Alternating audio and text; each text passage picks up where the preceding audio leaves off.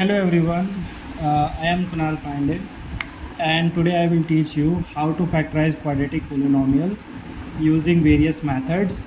And there are two methods for the factorization. You first using by identities, and the second one the famous middle splitting method.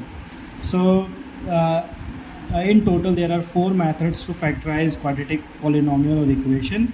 Let's start with the first one, factorization of quadratic polynomial using identities.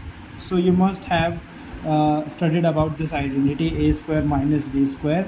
This a square minus b square is equals to a plus b and a minus b. So by using this identity we can factorize quadratic polynomials also.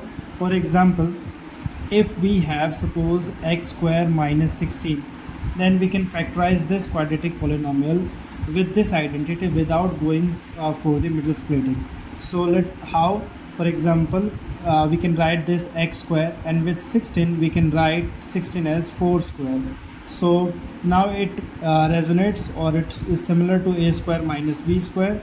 So this is a square minus b square, and we can write x plus 4 and x minus 4. So this is how we can factorize this quadratic polynomial without going to the middle splitting. For example, suppose x square minus 36, then we can factorize this quadratic polynomial also with using this identity. How? We can write x square, and 36 we can write 6 square. So this is x square minus 6 square. Now it is similar to a square minus b square, or equivalent to a square minus b square. Therefore we can write it x plus 6 and x minus 6. Again, another example, suppose this is first, this is second, the third example. Suppose if there is no perfect square here, then how we can do this? Again, we use root. So x square, suppose we have the problem of factorization of x square minus 2.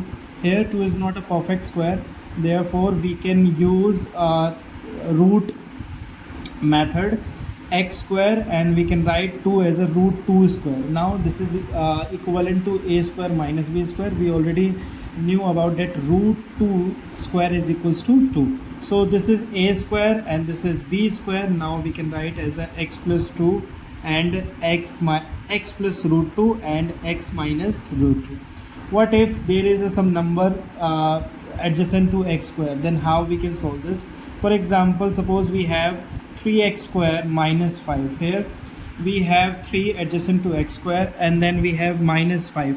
Here 5 is not a perfect square.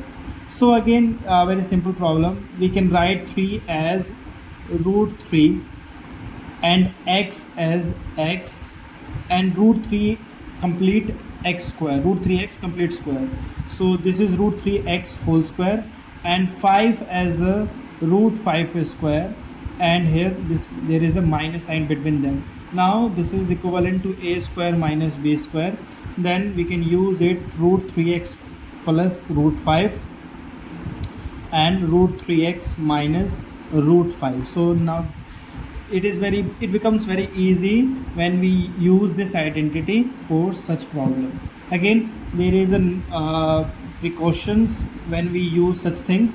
If suppose there is a plus sign between them, suppose x square plus 36, then you can't use this identity, because applying this identity requires there should be a sign between, there should be a minus sign between these two terms. Okay, so this is x square plus 36. You can't use